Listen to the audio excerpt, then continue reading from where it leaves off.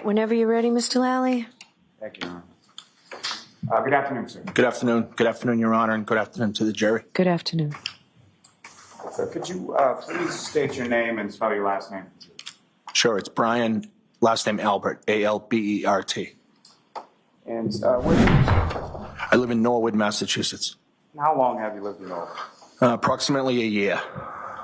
And who, if anyone, you live in Norwood with? My wife, Nicole, and my son, Brian, and my son, Brendan. Ask you just a little bit about your family as far as, let me start with yourself and your wife, Nicole. How long have the two of you been married? Approximately 29 years. And were you together for a period of time prior to getting married? Yes, we've known each other since we were 13, 14 years old. And do you have any siblings, sir? I do. And how many siblings do you have? I have 5 brothers and 1 sister. And if you could, just as far as, are you the oldest? I'm the oldest of 7, yes. And as far as your brothers and sisters are concerned, what are their names? And if you could rank them sort of by age. Sure. The next sibling after me is my sister Kathleen. Then I have a brother Chris, a brother Kevin, a brother Keith, a brother Brendan, and a brother Timmy. And you and your wife, Nicole, do you have children of your own? Yes. And how many children do you have? 5. And how old are they? So my oldest daughter is 29. My son Brian is 25. My son Brendan turns 23 today. And I have twins, or we have twins that are 20 years old. Caitlin's 28. I'm sorry, I said 29. Now, prior to living at your address in Norwood, where did you live before that? Canton, Mass. And how long have you lived in Canton? Approximately in the house on Fairview Road, approximately 11 years. And in total, about how long have you been a resident in Canton before moving to Norwood? Approximately 45 years. And that address, that's 34 Fairview Road, is that right? Yes. And what, if any, relationship did that home or that residence have to your family before you and your wife and your kids moved in? My parents had lived at that residence prior to us. So you had spent some of your childhood in that house as well? Yes. And do you work, sir? I retired now. Retired. What did you retire from? Boston Police Department. And how long were you a member of the Boston Police Department? Approximately 30 years. And within the Boston Police Department, were you assigned to any sort of specific unit or special duties? My last assignment, is that what you're referring to? Yes. Yes. My last assignment was the Boston Police Fugitive Unit. Now, sir, if I could turn your attention to January 28th, 2022. Do you recall that date? Yes. And do you recall what day of the week that was? The 28th, I believe, was a Friday. And when you first sort of got up on the 28th, where were you at that? On the 28th, I was in New York City. And why had you gone to New York? So I went to New York for a funeral of a New York City police officer who was killed in the line of duty. And about what time or what day did you go down to New York for that? We went down the day before, so I believe that was Thursday. Do you recall how it was that you got down there? Yes, I flew to New York. And when you say we, who, if anyone, went with you on that trip to New York for the funeral? I flew with a friend and a coworker named Eddie Hernandez. So another Boston police officer? Yes. And down in New York at that funeral, were there other members of law enforcement that you knew or were familiar with from working? Yes, there were thousands of police officers that went to the funeral. And included within those people, you mentioned you have a brother Kevin, is that correct? Yes. Is he a police officer as well? He is. And where is he? He's a detective in Canton, Massachusetts. And was he down at this funeral as well? He was. And do you know a gentleman by the name of Brian Higgins? Yes. And was Brian Higgins at this funeral service as well? Yes, he was. And how is it that you know Brian Higgins? So I know Brian Higgins initially from work, professional relationship. I've known him known of him for 10 or 15 years. And then the past few years, more recently, we worked together on a closer basis, and I became better friends with him. And fair to say that when you became better friends with him, you also sort of socialized with him outside of work? Yes. Now, as far as your return trip from New York, what, if anything, happened with that? On the return trip from New York, we drove back. Why did you drive versus fly back when you flew? So that weekend there was anticipated snowstorm, and I believe the flight that we were taking with JetBlue may have even been canceled. And Brian Higgins was leaving in a vehicle that morning, so we ended up driving, or after the funeral, we ended up driving with him.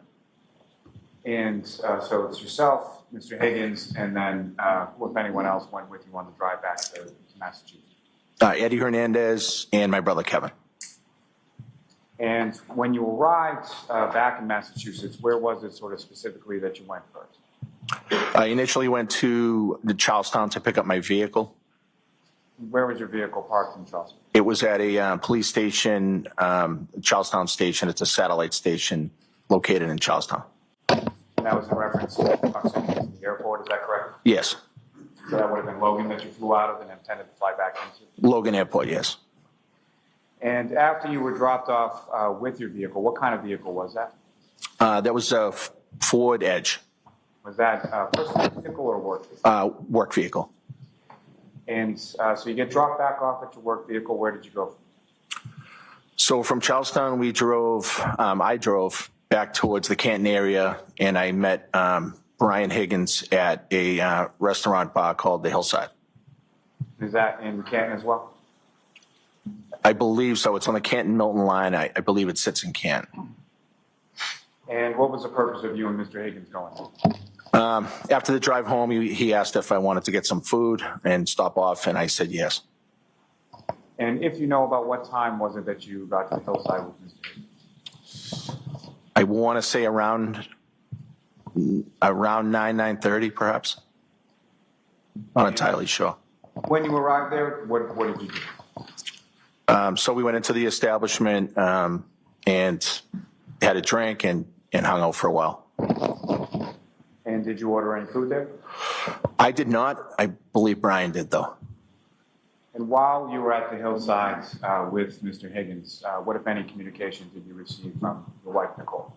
So around that time, I talked to my wife, I think more than once, and she had let me know that her and a few people were at another location in Canton, and she had asked if I wanted to come by and see them. What was that other location? That other location was the Waterfall. Is that an establishment you were familiar with? Yes. You've been there before several times? I had been there before, yes. And so you drove then from the Hillside to the Waterfall? Yes. About how long a drive is that? Maybe 7 minutes, between less than 10 minutes. And so as you're going on that drive, the snow that was anticipated coming in, had that anything related to that started yet? No, I at that time I don't recall any snow. And in relation to the Waterfall, where did you park? In the parking lot for the Waterfall, which is adjacent to the door to go inside. So it's to the left if you're looking at the building from Washington Street. And when you come into, now, when you left the Hillside, Mr. Higgins stayed there? Yes, he stayed. And when you came into the Waterfall, who, if anyone, was there? So when I walked in and I saw my wife, my oldest daughter, Caitlin, I saw my brother, Chris, his wife, Julie, my brother-in-law, Matt, and my sister-in-law, Jen. And your brother-in-law, Matt, and your sister-in-law, Jen, their last name is McCabe, is that right? Yes. And if you could just explain to the jury sort of how you were related as far as what year it is that you know. So my brother Chris' wife is Julie, And then Nicole's sister is Jen. And then Jen's husband is Matt McCabe. And is it fair to say that you've probably known Jennifer McCabe about as long as you've known your wife, Nicole? Yeah, since she was a little kid, maybe 6, 7 years old. And you see these people, and where are they sort of situated in the Waterfall? So there was a high top table kind of in the front area as you walk in, kind of in the middle of the room. And everybody was just kind of around the high top table. And what, if anything, was there as far as live entertainment at the Waterfall that night? There was a band playing there. And with reference to the people that you've just spoken, as far as your wife and your daughter specifically, were they at the high top table closer to the band or further away from the band? So they were on the side of the table that's, I guess, closer to the door as you come in. And then there were other people on the opposite side of the table that was closer to the bar area. And after you came into the Waterfall, went up to the group of your family, what did you order anything? What did you do there? Yeah, I kind of just said hi to everybody. I don't recall exactly, but I'm sure I ordered a drink. And then just kind of hung out with family and friends. And following your arrival, who, if anyone else, showed up and eventually sort of joined your group? There was another couple at the table. I don't know if they were there initially when I walked in, but there was another couple at the table whom I believed were there before I got there, but I just don't know what their names were. Do you know how they were related to your group? I don't. I think they're friends with Jen and Matt, but I'm not 100% sure. And where were they situated in reference to where your wife and your daughter were? So they were, I believe, to the right of this pretty large high top table. So towards the other end of the table? Yes. And if you recall, what were you drinking that night? I don't recall. I usually drink beer, Mick Ultra, but I can't remember that night what I was drinking. Now, following your arrival there and you meet up with your family, were there other friends or family that eventually showed up at this establishment and joined your group? Yes. And who were they, sir? So after I was there, maybe about a half hour, Brian Higgins arrived at the location.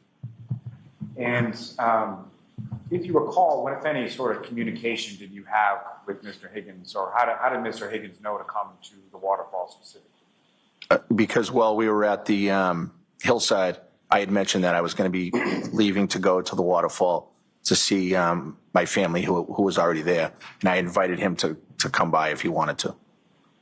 And at any point in time, sort of throughout the course of the day, yourself and Mr. Higgins, you had each other's sort of information and cell numbers, things like that? Yes. And at any point in time throughout the course of the day or the evening, did you have occasion to text or phone call or anything with Mr. Higgins? Yes. Now, after Mr. Higgins arrives, who, if anyone else, came into the Waterfall and joined you? Probably after about a half hour later from Brian Higgins arriving, John O'Keefe came into the Waterfall with the defendant. And that would have been probably about 11 o'clock, is that correct? Yes. And John O'Keefe, if you could tell the jury, well, first, did you know John O'Keefe? So I knew John O'Keefe, but not well. I had only met him 2 times prior to that night. But I knew him to be a Boston cop, and I knew of him, and I knew some things about him. And as far as the Boston Police Department, it's a fairly large department. Would you agree with that? Yes. And about how many members or how many people on Boston Police? Depending on the year, I mean, sometimes it's upwards of 2,000. And through the course of your work over the decades that you worked with the Boston Police, did you ever work with or have any professional sort of interaction with John O'Keefe? No, I don't remember working with him directly within the Boston Police Department. Were you aware of sort of what his role was or what he did within the Boston Police? Yes, I knew where he worked. And where did he work?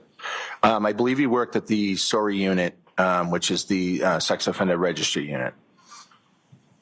And you mentioned just briefly before that you had heard of Mr. O'Keefe, correct? Yes. And what is it that you had heard about?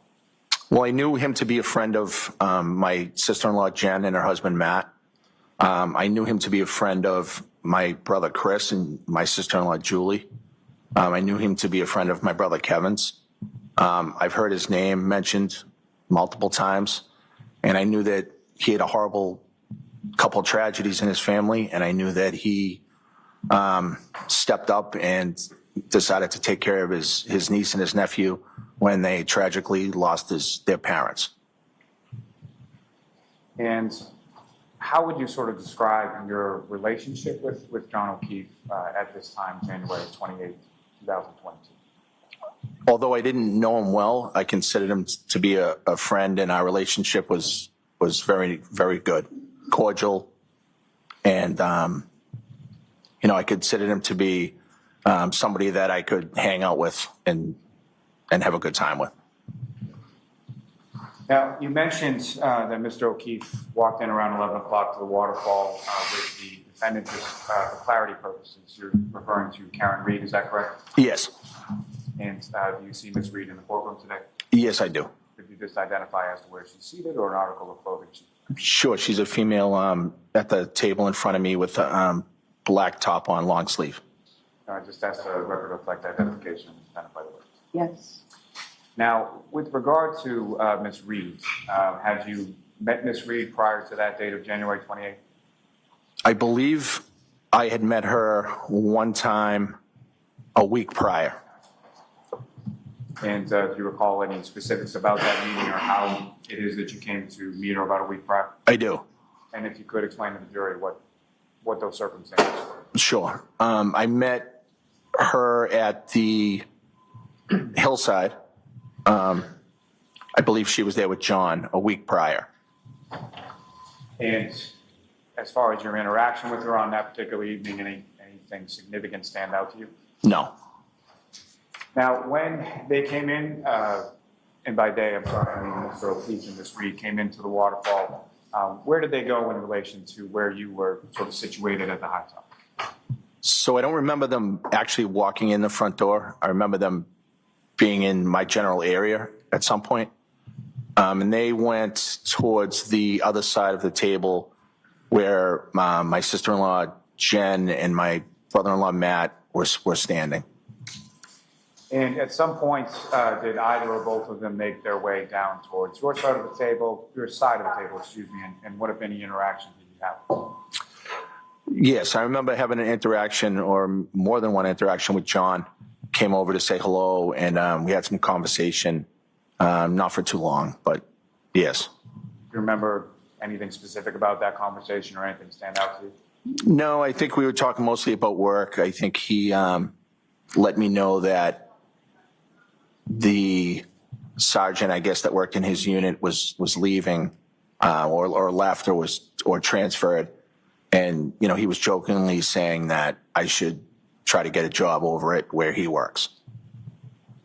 And as far as the defendant, Ms. Reed, what, if any, conversation or interaction did you have? I don't remember having any interaction with her whatsoever. Now, as far as when Mr. O'Keefe came over, what, if anything, did you observe as far as what he was wearing, clothing, anything like that? I don't really remember what he was wearing for clothing. I believe he had a baseball hat on. Other than that, I can't remember his clothing. And specifically, do you recall anything as far as like a winter jacket or a big coat or anything like that? I can't say. I wasn't really paying attention to what he was wearing. I don't know. And as far as just his general features, as far as what you could observe, what, if any, sort of injuries or anything did you observe on his person at that time? I observed no injuries at that time. And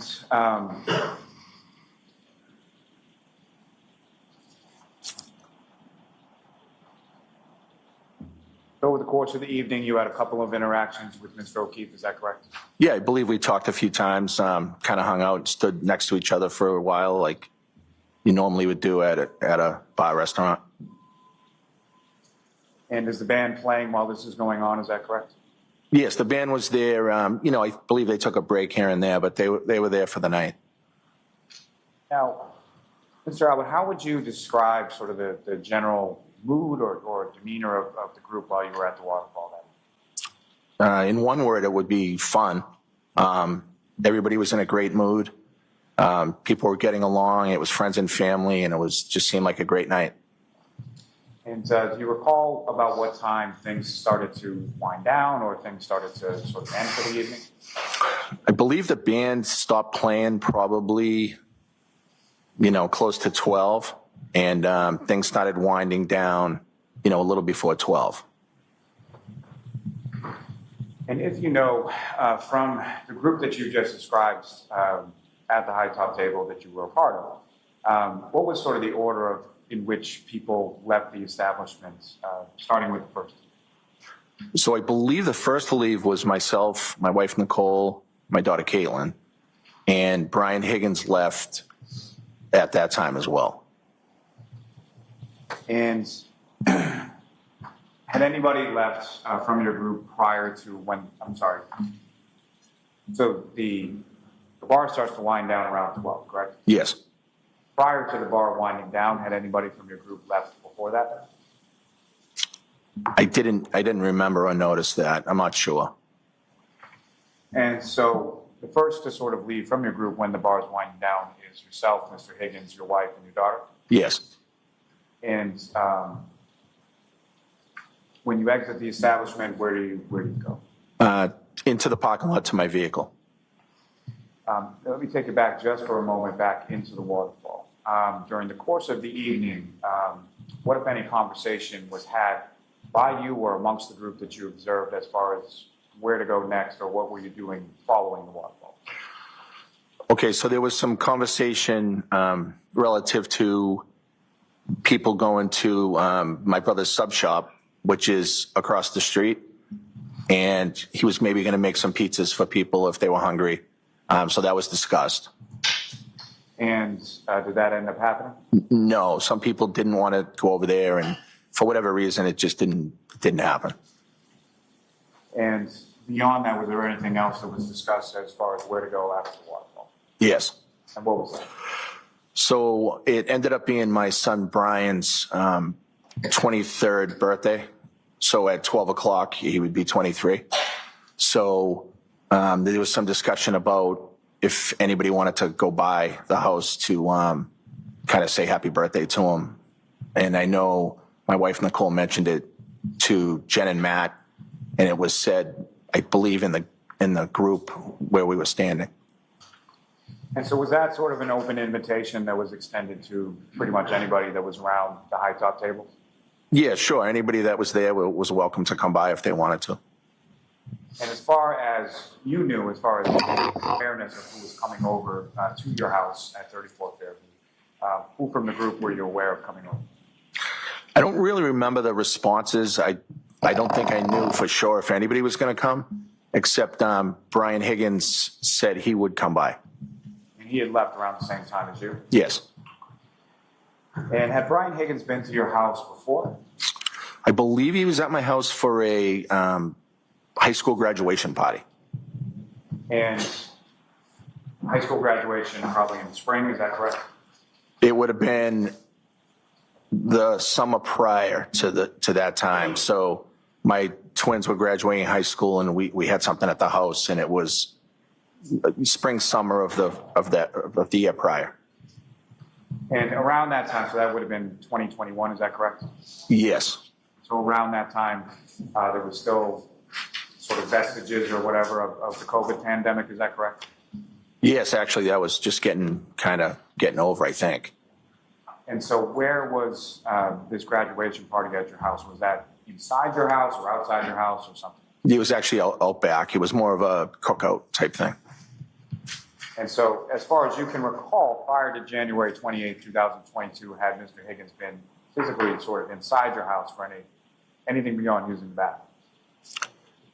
Besides that graduation party, I don't believe he had ever been at my house. I'm sure he walked into the house, to use the bathroom or something that day, but I didn't really notice, whether he went in there or not. And Your Honor, if with the court's permission, there's just a couple of very short clips that I'd like to publish with this witness in reference to what's been marked as Exhibit 53, video from the Waterfall.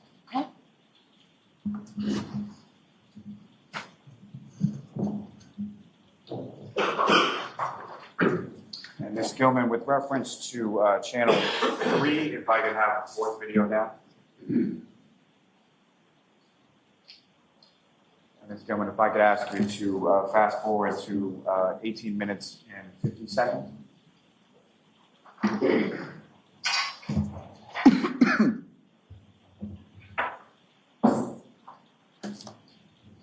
Now, Mr. Albert, directing your attention up to the screen to your right here. Do you recognize what's up on the screen? Yes. What do you recognize that to be? The waterfall. And this is, at least according to the timestamp, about 11:57 p.m. on the 28th. Is that correct? Yes. And what's up there, is that, to the best of your recollection, a fair and accurate portrayal of what the inside of the waterfall looked like, absent sort of the quality of the video? Yes. And, sir, I believe there should be a laser pointer on the desk before you. If you just press that button and point at the screen. What I'm going to ask you to do is, if you could draw the jury's attention to who, if anyone, within this sort of still frame of the video that you recognize, if any. With the time band across the top there, I can't really. I can see some people around the table that we were standing, which would be this table area here. Tough for me to say from here who everybody is. I believe that's Brian Higgins there, but I'm not 100%. Ms. Gilman, if you could play this, and what I'm going to ask you to ultimately play is up to the 19 minute and 58 seconds.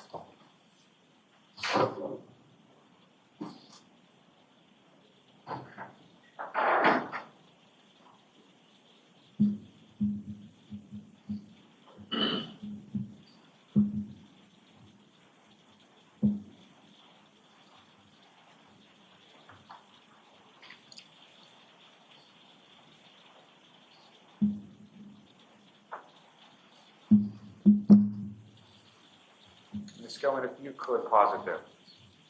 Now, Mr. Albert, from what you observe up there, as far as the door that you came in and came out of on that evening, do you see generally where that door is? Yes. And if you could direct the jury's attention to where on the video screen it is. Doors this way. And from just prior to in this video, we're now stopped at the 11:57 and 50-second mark. You see a group sort of making their way towards that front door, is that correct? Yes. And from this vantage point, are you able to recognize any of the people in that group that made their way towards the door? Yes, I believe I saw my wife, my daughter here maybe, and then I think I'm over here. But again, it's a little grainy, and I can't really see great from here. And I saw Brian Higgins, but I don't know if he's in here somewhere. Thank you, Ms. Gilman. If you could just press play again for about 30 some odd seconds.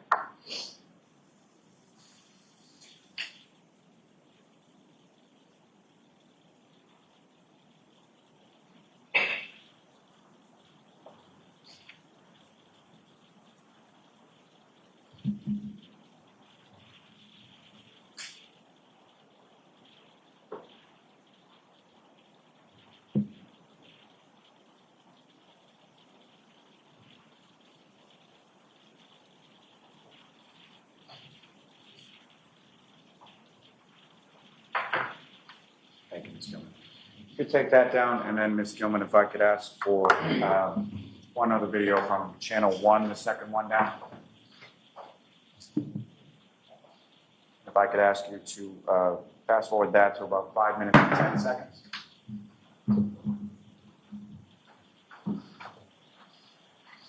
And ultimately, I'm going to ask you to play it from 5 minutes and 10 seconds to 5 minutes and 50 seconds. If you could press play now.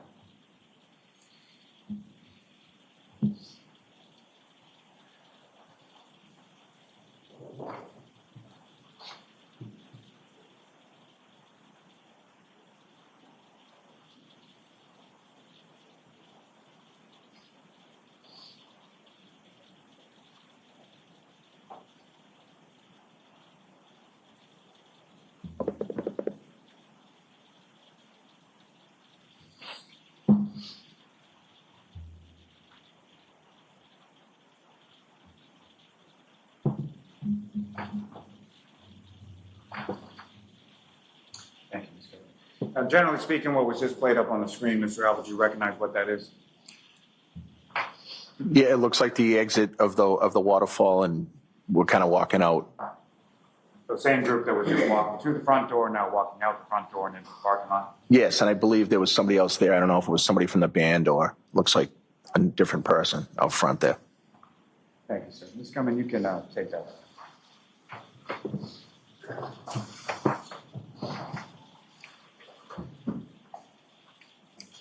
Now, Mr. Albert, when you get to the parking lot, you get in the vehicle and you drive to your house, is that right? Yes, Okay, and specifically, you're the one driving, is that correct? yes. And who is in your car with you on the drive back to the house? My wife Nicole and my daughter Caitlin. And about how far a drive is it from the waterfall to your house? I would say five minutes. And the weather, as far as when you walk out, get in the car, and then start driving, what, if anything, had changed about the weather from the time you came into the waterfall to the time you came out? Yeah, so it had started snowing a little bit more heavily. You can kind of see that on that second video. So the ground was beginning to be, coated, it looked like.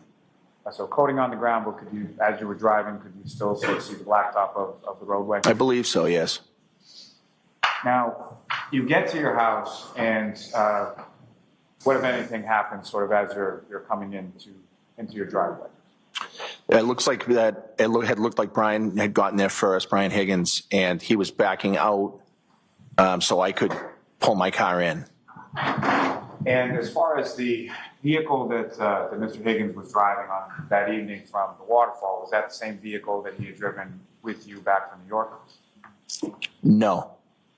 And what kind of vehicle was the one that he was driving back from New York, and what kind of vehicle was the one he was driving that night? So the one back from New York, he was driving a full-size pickup truck. I'm not sure what make or model, but it had a cab on the back, and I believe it's gray.